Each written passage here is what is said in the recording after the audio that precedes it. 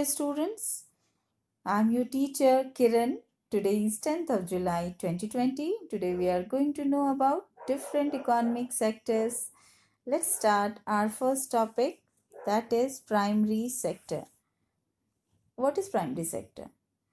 When we produce a good by using natural resources, then it is an activity of primary sector, such as agriculture, dairy, fishing, forestry, etc. This sector is also known as agriculture and related sector. है क्या primary sector? Simply आपको ये जान लेना ज़रूरी है। और यहाँ पर इससे आगे बढ़ने से पहले मैं आपको बता दूँ कि ये इम्पॉर्टेंट इसलिए भी है कि 10th में भी आपको ये टॉपिक पढ़ना है। Same second chapter of economics जो 10th का होगा, वहाँ भी आपको सिर्फ सेक्टर्स के बारे में बात करनी है। तो ये बहुत इम्पॉर्टेंट टॉपिक है। वैसे भी आप समझ लीजिए, किसी भी कंट्री के इकॉनमी में ये सेक्टर्स बहुत बड़ी जो है अपना रोल प्ले कर रहे होते हैं। प्राइमरी सेक्टर को सबसे पहले जो है कंसीडर उनके नेचुरल रिसोर्स के हिसाब से ही किया जाता है, क्योंकि कोई भी ऐसी चीज़ जो हम नेचुरल चीज़ों को यूज़ करके शुरू करते हैं, तो वो प्राइमरी सेक्टर का हिस्सा होता है। और इसके बाद अगर आप देखें इस चीज़ को कि वो कैसे करके आगे जा रहा है, तो इसमें जितनी भी चीज़ें होंगी, चाहे आप एग्रीकल्चर से रिलेटेड चीज़ों को लें, चाहे आप इसमें फ़िशिंग सेक्टर को ले लें, क्योंकि फ़िशिंग भी जो आप करते हो, यानी फ़िशिंग दैट मीन्स कि बहुत सारे फ़िश को अपने पॉन्ड में आप जनरेट कर रहे हो, उसके सीड्स डाल रहे हो, तो वो भी प्राइमरी सेक्टर का ही हिस्सा होगा। या फिर पोल्ट्री फार्मिंग बहुत लोग कर रहे हैं, दैट मीन बहुत सारे ऐसे चिकन्स को प्रोड्यूस करते हैं और फिर उसको सेल करते हैं, तो वो किसके तहत आएगा? प्राइमरी सेक्टर के तहत। सिंपली जो नेचुरल रिसोर्स को यूटिलाइज करके जो जनरेट किया गया। सेकेंड सेक्टर इम्पॉर्टेंट क्यों है वो हम देखें। Secondary sector as it name sounds, ये इंक्लूड करता है कि इसमें वो सारी एक्टिविटीज शामिल होती हैं which products are changed into other form through manufacturing. It is also known as industrial activity or industrial sector, such as sugarcane is used to manufacture sugar or good. Secondary sector में हम उन sector को रखते हैं, हर ऐसे sector को इसमें शामिल किया जा सकता है जिसमें कुछ ना कुछ मैन्युफैक्चर हो रहा हो। मैन्युफैक्चर हो रहा हो दैट मीन कोई नई चीज़ बनकर आ रही हो। जैसे आपने कोई रखा है अपने पास कोई भी चीज़, सिंपल सी चीज़ का आप एग्जांपल यहाँ पर मैं ले लूँ कि जैसे कोई क्लोथ है और कोई टेलर है जो उससे कुछ कपड़े बनाकर उसको सेल कर रहे हैं, या फिर सेल नहीं भी कर रहे हैं तो कपड़े से वो जो नए कपड़े को स्टिच करके दे रहे हैं, सिंपल क्लोथ को, तो भी उसमें वो वैल्यू ऐड कर दे रहे हैं और उसके लिए उनको पैसे भी मिलते हैं। तो एक नई चीज़ डेवलप हो जाती है। जब एक नई चीज़ डेवलप हुई दैट मीन कुछ मैन्युफैक्चर हुआ। ठीक है, बहुत बड़ा कुछ मैन्युफैक्चर नहीं हुआ, पूरे क्लोथ को नहीं मैन्युफैक्चर किया गया यहाँ, तो क्लोथ का मैन्युफैक्चर भी सेकेंडरी सेक्टर में आएगा और प्लस कुछ नई चीज़ का बनना भी सेकेंडरी सेक्टर में आएगा। इसको ऐसे भी देख सकते हैं कि आप ले सकते हो कोई भी एग्जांपल। यहाँ पे मैं अगर लूँ, जैसे यहाँ पर मैंने शुगर का इस्तेमाल दिया है, शुगर केन से आप शुगर और गुड़ को प्रोड्यूस कर रहे हो। तो शुगर सिंपली है क्या, तो पहले तो आपने शुगर केन को क्रश किया, और जब क्रश किया तो भी वो नई चीज़ बन गई, क्योंकि क्रश किया तो आपने शुगर के सिरप का इस्तेमाल किया, जो कि आप नॉर्मल बोलते हो ना, शुगर केन की जूस को आप खासकर समर में इसका इस्तेमाल बहुत ज़्यादा किया जाता है, तो वो भी एक नई चीज़ ही बनी और फिर उसका क्रिस्टलाइज फॉर्म जो होता है वो शुगर होता है। तो नया चीज़ कुछ बन गया, यानी उसमें वैल्यू एडिशन हो गई। आप नोटिस करते हो कि जैसे गन्ने की जो कीमत थी, शुगर केन की जो कीमत थी, उससे ज़्यादा आप शुगर की कीमत पे करते हो, तो इस तरीके से उसमें कुछ वैल्यू का एडिशन हो जाता है। तो इसको हम कहते हैं सेकेंडरी सेक्टर। एक सिंपल सी चीज़ याद रखना कि सेकेंडरी सेक्टर में हम उन चीज़ों को इंक्लूड करते हैं जिसमें कुछ मैन्युफैक्चरिंग जैसी चीज़ हो, कुछ भी उसमें बदलाव हो उसके पहले वाले फीचर में। That's it. थर्ड सेक्टर जो है हम लोग बात करने जा रहे हैं यहाँ पर टर्टरी सेक्टर या टर्शरी सेक्टर इसको कहेंगे। ये सेक्टर जो है इंक्लूड करता है उन एक्टिविटीज़ को जो जनरेट करती है सर्विस रादर देन गुड्स, यानी ये वो सेक्टर्स हैं जो आपके लिए सर्विसेज सेवा प्रोड्यूस करती हैं, कोई सामान प्रोड्यूस नहीं कर रही होती है। ये वो सेक्टर्स हैं जो बाकी दो सेक्टर से थोड़ा सा अलग है, लेकिन उनसे परे होते हुए भी उन पर ही डिपेंडेंट है। जो प्राइमरी सेक्टर में और सेकेंडरी सेक्टर में चीज़ें तैयार होती हैं, वो टर्शरी सेक्टर में आती हैं। या फिर हम कुछ ऐसी भी चीज़ों को इसमें शामिल करते हैं जो सिर्फ सर्विस हो। जैसे कि यहाँ पर मैं पहले एग्जांपल ही आपको पुट कर दूँ। जैसे मैं एक टीचर हूँ, मैं पढ़ा रही हूँ आपको, तो मेरी ये सर्विस है, सेवा है जो प्रदान की जा रही है। तो मेरा ये पढ़ाने का काम कौन से सेक्टर में आता है? तो ये टर्शरी सेक्टर में आता है। एक डॉक्टर अपने पेशेंट को ट्रीट कर रहे हैं, तो उनका पेशेंट को ट्रीट करना इकोनॉमिक एक्टिविटी होने के साथ-साथ कौन से सेक्टर में पड़ता है? तो ये जो है टर्शरी सेक्टर में पड़ता है। तो ऐसे ही आप बहुत सारे जॉब को देख सकते हो, जो कि सेवा प्रदान करती है और कुछ नहीं करती, तो उसको हम टर्शरी सेक्टर में रखते हैं। यहाँ पर मैंने कुछ एग्जाम्पल दिया है, जैसे ट्रांसपोर्ट, जैसे storage, communication, banking, trade etcetera. अब मैं इसको ऐसे भी आपको बताऊं, सपोज करो ट्रांसपोर्ट क्यों, जैसे मैंने अभी आपको बताया कि जो प्राइमरी और सेकेंडरी में गुड्स तैयार होते हैं, वो अगर मार्केट में सेल होने पहुंचता है तो किसी न किसी मीन्स को लेकर पहुंचता है, किसी न किसी माध्यम से पहुंचता है, और वो खुद भी टर्शरी सेक्टर का हिस्सा होता है। जैसे कि किसी सामान को सपोज करो कि वीट या वेजिटेबल्स हैं जो किसी विलेज से सप्लाई हो रहा है किसी शहर के लिए, तो वो जो ट्रांसपोर्टेशन इस्तेमाल कर रहा है, तो ट्रांसपोर्टेशन में जो काम करने वाले लोग हैं या इसमें जो इन्वॉल्व हैं, वो कौन से सेक्टर में जॉब कर रहे हैं या उनका कौन सा सेक्टर है, तो वो टर्शरी सेक्टर ही कहलाएगा, यानी सर्विस सेक्टर। टर्शरी सेक्टर को ही हम क्या कहते हैं? सर्विस सेक्टर भी कहते हैं। तो इसको आप ज़रूर ध्यान से देखिएगा। और इसके बाद जो मैं बहुत ज़रूरी टॉपिक आपको बता दूं, जो कि आपको मैं अब तक बता चुकी हूँ थोड़ा, और अब ज़्यादा सा बता दूं। और अब ध्यान से देखिए, ये सेक्टर जो हैं, ये तीनों जो सेक्टर हैं आपस में इंटरडिपेंडेंट हैं, दैट मीन एक दूसरे पर निर्भर हैं। कैसे? तो प्राइमरी, सेकेंडरी और टर्शरी, तीनों को हम बिल्कुल भी एक दूसरे से अलग नहीं कर सकते। तीनों आपस में अटैच हैं, ठीक है? किसी को किसी से भी अलग नहीं किया जा सकता। जैसे अभी हमने बात की कि प्राइमरी सेक्टर में कोई भी एग्जाम्पल हम लोग यहाँ ले लें, कि प्राइमरी सेक्टर में एक फार्मर है जो प्रोड्यूस करता है कोई भी क्रॉप, और प्रोड्यूस करने के बाद जब वो उसको सेल कर देता है, सेल अगर डायरेक्टली कर दिया, सपोज करो उसने प्रोड्यूस किया और डायरेक्टली उसने सेल कर दिया, मार्केट में पहुंचा दिया, तो मार्केट में पहुंचाने का जो उसका काम है, वो सिंपली वो डायरेक्ट ही प्राइमरी से वो टर्शियरी में चला गया।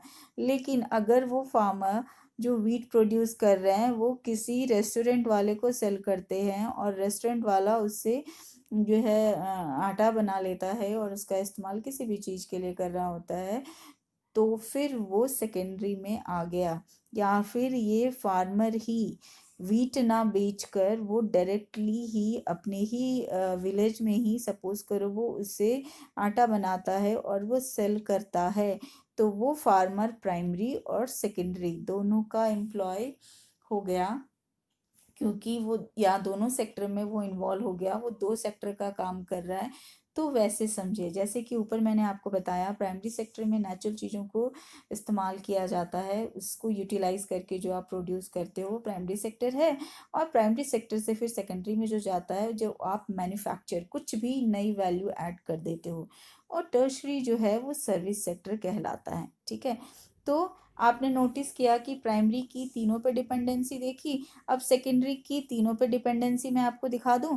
सेकेंडरी सेक्टर है, आपने यहाँ देखा कि ये सेकेंडरी सेक्टर है, और सेकेंडरी सेक्टर की डिपेंडेंसी, सेकेंडरी सेक्टर में जैसे मैंने भी आपको एग्जांपल बताया कि रेस्टोरेंट का ओनर है जो प्राइमरी सेक्टर के फार्मर से लेता है। इफ़ सपोज कभी प्राइमरी सेक्टर का फार्मर देने से मना कर दे, कह दे नहीं हम तो अपने ही विलेज में ही सारा कुछ तैयार कर रहे हैं और यहीं बेचते हैं, तो फिर वो कहाँ से लेगा? या सपोज करो फार्मर ने उपजाया ही नहीं, फार्मर की फसल ही नहीं हुई, तो इस रेस्टोरेंट मालिक को कहाँ से मिलेगा? यहीं से तो वो मिलता है। लेकिन अगर यहाँ के सोर्स ही ख़त्म हो जाए तो वो कहाँ से हासिल करने वाला है, नहीं कर पाएगा। तो आपने देखा कि सेकेंडरी की ये इंटरडिपेंडेंसी उस पे समझ में आई, प्राइमरी को तो आपको पहले बता दिया। अब जो है सेकेंडरी की टर्शरी पे देखो, कोई सामान तैयार होता है, रेस्टोरेंट ओनर का ही एग्जांपल लूँ, वो जब सामान आपको बेच रहा होता है वहाँ पर जाकर आप खा लेते हो, ठीक है। कई बार होम डिलीवरी का जो ऑप्शन वो आपको देता है, तो वो कहाँ से देता है, किसी न किसी ट्रांसपोर्ट का ही तो इस्तेमाल करता है। तो यहाँ ट्रांसपोर्ट का इस्तेमाल जब उसने किया तो सिंपली वो टर्सरी का भी हिस्सा हुआ। लेकिन जैसे अभी लॉकडाउन के पीरियड में आपने देखा कि सारे ट्रांसपोर्टेशन ऑफ थे, या फिर स्पेशली पिज़्ज़ा और इस तरह की चीज़ें आप ऑर्डर नहीं कर पा रहे थे, तो वो क्या था, दैट मीन कि वो टर्शरी सेक्टर जो था वो बंद था, हालांकि सेकेंडरी भी बंद था। लेकिन एग्जाम्पल के लिए मैं आपको बता रही हूँ कि ट्रांसपोर्टेशन भी बहुत इंपॉर्टेंट है। इस एग्जाम्पल में मैंने ये बताने की कोशिश की कि सेकेंडरी सेक्टर जो है वो कैसे प्राइमरी पर भी डिपेंड करता है और टर्शरी पर भी डिपेंड करता है। ओके, अब इसमें मैं आपको बताना ये चाहूँगी कि टर्शरी सेक्टर जो है वो कैसे इन दोनों पे इंडिपेंडेंट है, सॉरी इंटरडिपेंडेंट है। कैसे इंटरडिपेंडेंट है, तो वो आप देखो कि टर्सरी सेक्टर जो है किसी भी चीज़ के ट्रांसपोर्टेशन की का काम करता है या सर्विस। जैसे मैं टीचर का ही एग्जांपल ले रही हूँ। जैसे टीचर्स जो हैं वो पढ़ा रहे होते हैं, अगर हम अपनी सेवा ना दें, हम अगर आपको ना पढ़ाएं, तो फिर आप की पढ़ाई थोड़ी रुकेगी। हो सकता है आप खुद पढ़ लो, अच्छी बात है, लेकिन थोड़ी बाधित तो होगी।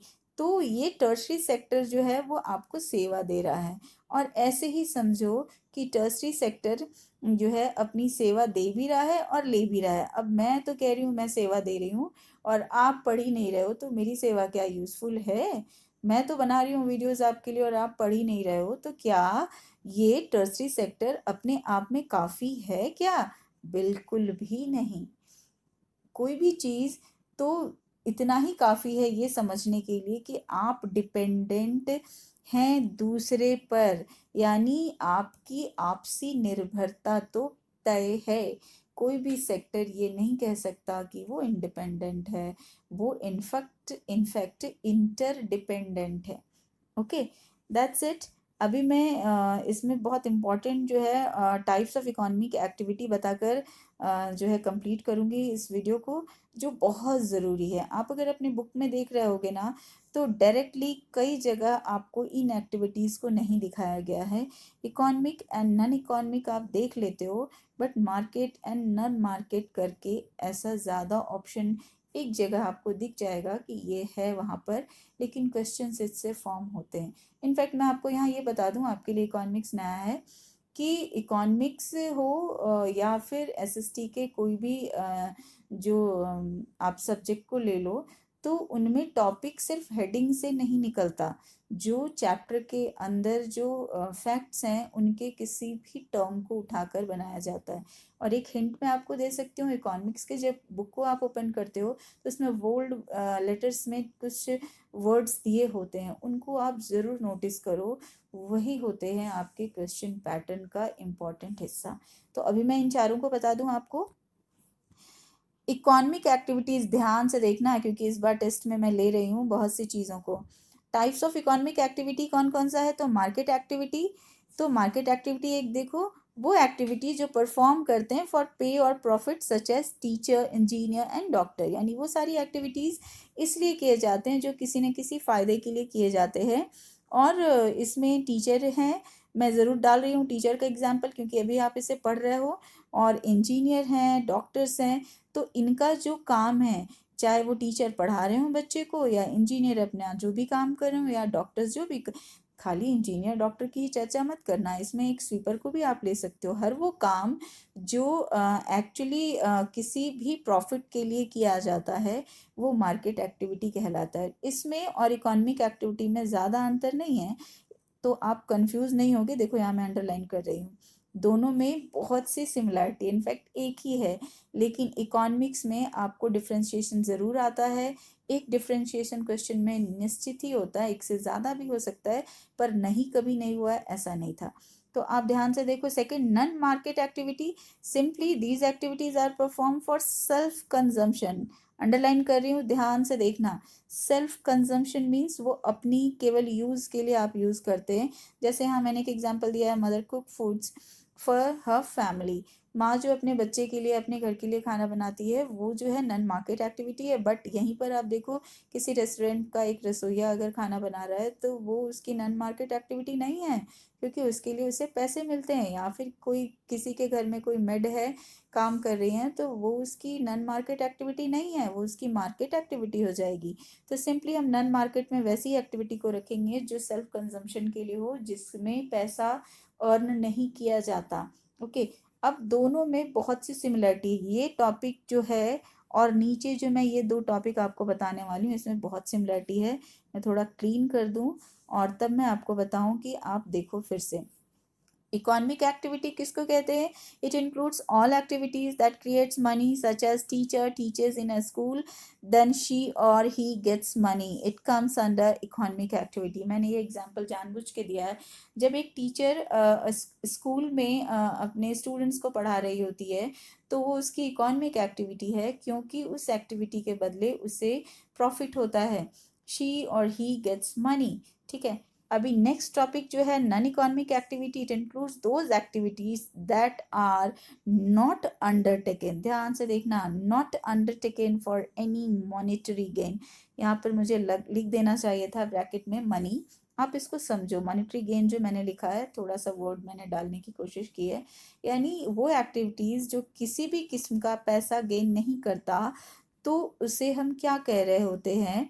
तो उसे ही हम कह रहे होते हैं कि वो जो है नॉन इकोनॉमिक एक्टिविटी है। यहाँ पर एग्जांपल आप देखो, when a teacher teaches their own child, then it is called non-economic activity because she or he doesn't earn money from this activity। जैसे मैं आपको इस वक्त पढ़ा रही हूँ, तो इसके लिए जो है मुझे पे किया जाता है, लेकिन जब मैं घर में अपने बच्चे को पढ़ा रही होती हूँ तो मुझे इसके लिए पे नहीं किया जाता। दैट मीन्स कि जब आपको पढ़ा रही हूँ तो ये मेरी इकोनॉमिक एक्टिविटी है, जबकि मैं अपने घर पे अगर बच्चे को पढ़ा रही हूँ तो वो मेरी इकोनॉमिक एक्टिविटी नहीं है। मैंने एकदम सिंपल शब्दों में बताने की कोशिश की है, एग्जाम्पल्स और भी दे सकती हूँ। वीडियो लंबा हो रहा है, सो थैंक्स। आप पढ़ो और ध्यान से देखो कि क्या क्या और मुश्किल है आपके लिए। बट ये टॉपिक बहुत इम्पोर्टेंट है, होपफुली आप पसंद करेंगे और